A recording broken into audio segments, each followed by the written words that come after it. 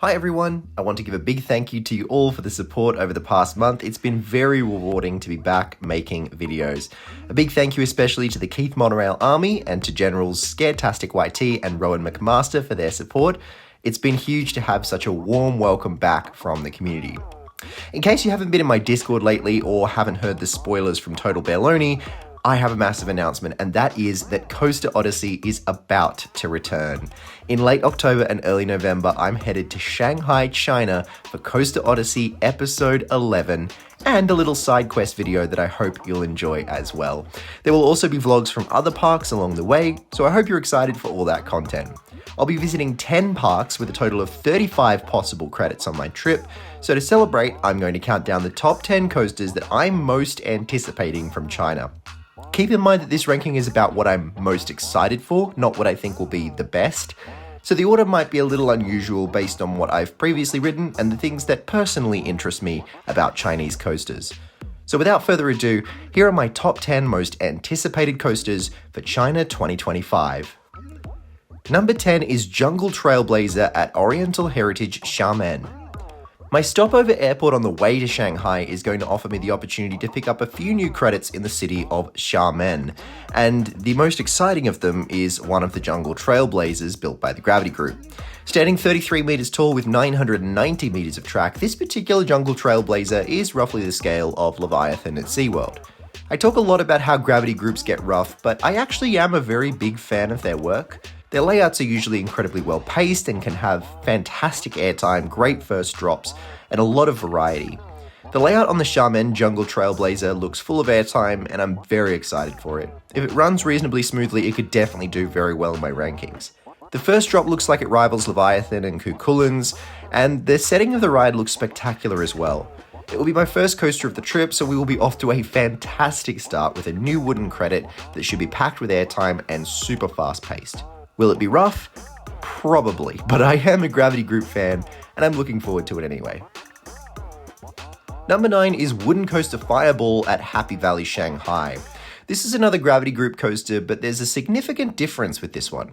Wooden Coaster Fireball doesn't run the Timberliner trains, but instead has trains built by American manufacturer PTC. One of my major complaints with the Gravity Group coasters is those Timberliner lap bars, which aren't great on your hips during rougher moments and are also not very accessible for larger riders. PTC lap bars means that hopefully a more comfortable ride and potentially much better airtime too. This one is also 33 meters tall, but with a slightly longer layout at 1,164 meters. It looks like it has a great first drop yet again and plenty of airtime. It'll be my oldest credit by the Gravity Group, opening back in 2009, but I am very curious about how it will compare. I'm hopeful that it will retain the good pacing and forces and that those lap bars can be put to very good use. It's also another coaster with a nice setting, and it's definitely not the last you'll hear from Happy Valley in this ranking because the park has a lot to offer in terms of its coaster lineup. I'm curious to see how this one goes. Will it be rough? Will the layout be as good as Gravity Groups are nowadays? Will the lap bars make a big difference? I'm eager to find out. Number 8 is Blue Moon Speed at Happy Valley Shanghai. Here's another coaster that has a lot of potential and a lot of questions about it as well.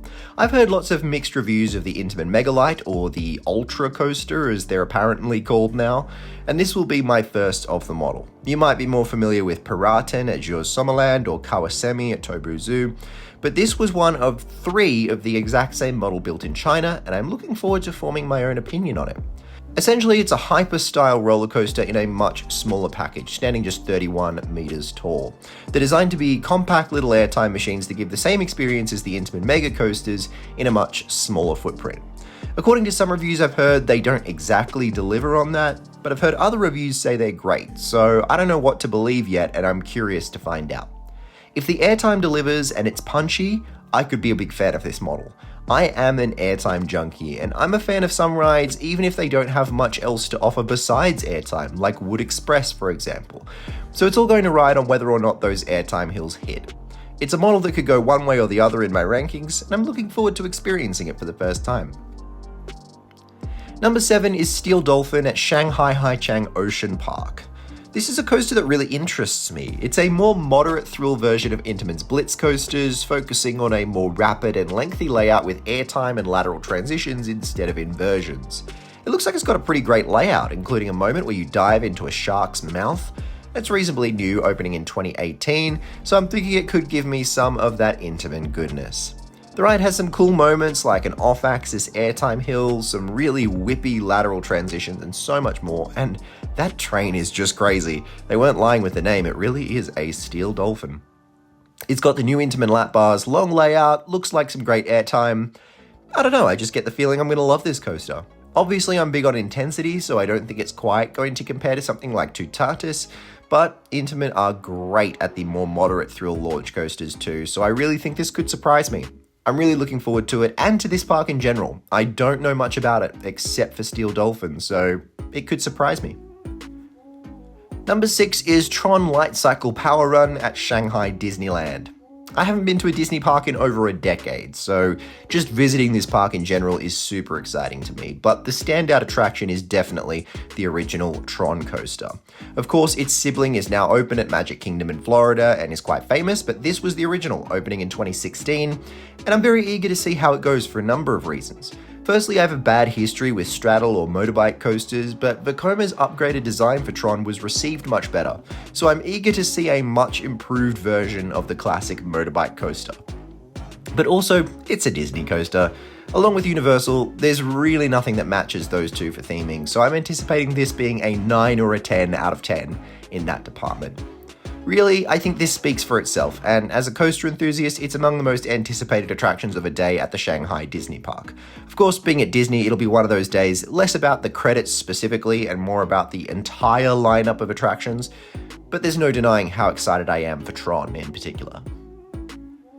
Number 5 is Starry Skyripper at Joyland.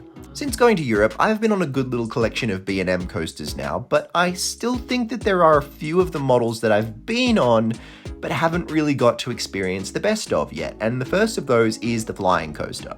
I got to ride one for the first time with Galactica at Alton Towers, but that ride is the prototype and it has a much more basic and restrained layout than most of its cousins.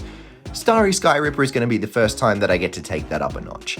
It's no flying dinosaur or Tatsu, but being 40 meters tall, an 855 meter layout, and 5 inversions, it'll certainly give me a better taste of what this coaster model can do.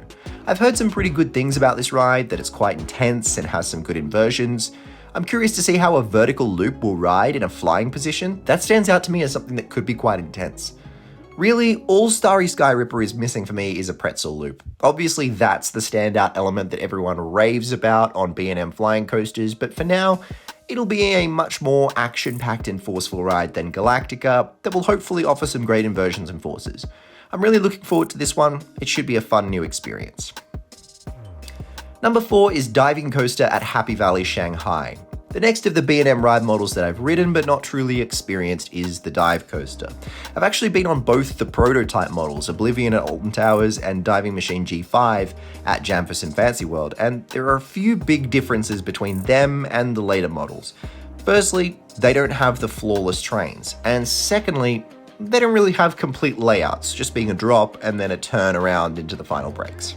Diving Coaster will be my biggest and best dive coaster credit. It's a clone of SheiKra, 65 meters tall, 969 meters of track, and an Immelmann as well. I'm so excited to get a front row ride in particular to really experience that dive coaster effect of a 200-foot vertical drop with absolutely nothing in front of me. That's so exciting. The coaster looks really nice as well. I'm looking forward to getting some B-roll and footage of it because some of the photos from off-ride are truly magnificent, but mostly I'm just really anticipating that drop. I thought Oblivion and Diving Machine were great, but this will be absolutely next level. Number 3 is Falcon at Wuxi Sunac Land. This is the final of the B&M models that I'm truly experiencing in their proper majesty for the first time. Not only is this the world's tallest B&M wing coaster, standing 60 meters tall with a top speed of 118 kilometers an hour, but it looks absolutely picturesque. Set over a gorgeous lake with that huge mountain in the backdrop, this coaster looks like something right out of my dreams. Seriously, what a gorgeous coaster. In my experience of them so far, the B&M wing coasters have their strengths and weaknesses. I loved Swarm's inversions, even Mandrill Mayhem's inline twist had some great hang time, but I think I'm yet to truly experience the best of the model and ride one that really inspires me. So what better way to fall in love with them for the first time than literally the biggest and possibly the best and most beautiful one on the planet. Falcon's layout looks pretty great. It's got some of the things that I already love about the wing coasters, like the dive drop and some inversions with great hang time, but it also looks like it plays a little with terrain and maybe even has some airtime as well. I'm very curious about this coaster, but first and foremost, I actually can't wait to get some footage of it because my god, it is beautiful. Number 2 is Beyond the Cloud at Suzhou Amusement Land Forest World. This Mark Rides product popped up on my Instagram feed a little while back, and I actually hadn't heard of it before that. I think when I saw it on RCDB, I assumed it was just another Blue Fire clone and didn't really give it a second look. But Beyond the Cloud, according to some people who've ridden it, is actually the best roller coaster in China.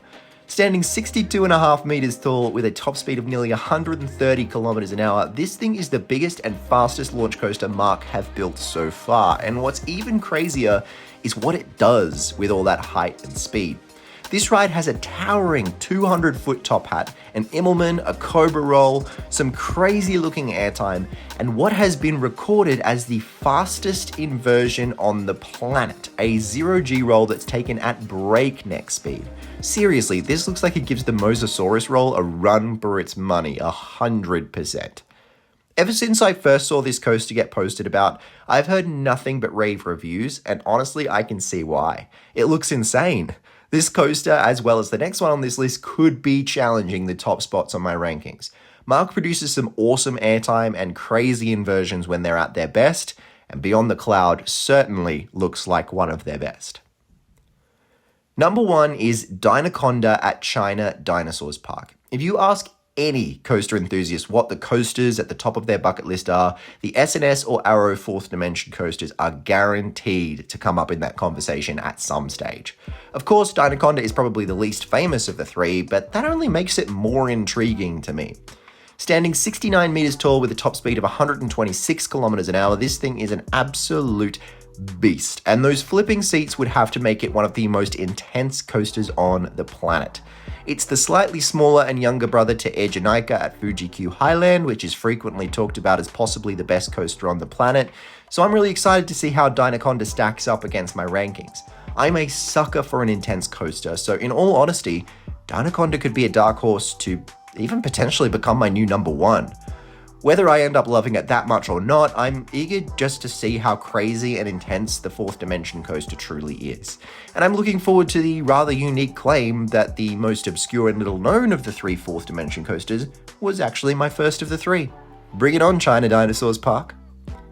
That wraps up my top 10 most anticipated credits in China. Of course, there's another 25 coasters that didn't get a mention, so stay tuned for plenty of content coming from the entire trip. In the meantime, stay tuned for some more videos dropping before I leave.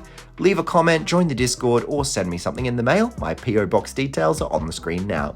For now, this is Maloney's Coasters from the boarding gate, reminding you to be kind to one another, have a lovely day, and keep gaining credits. Bye.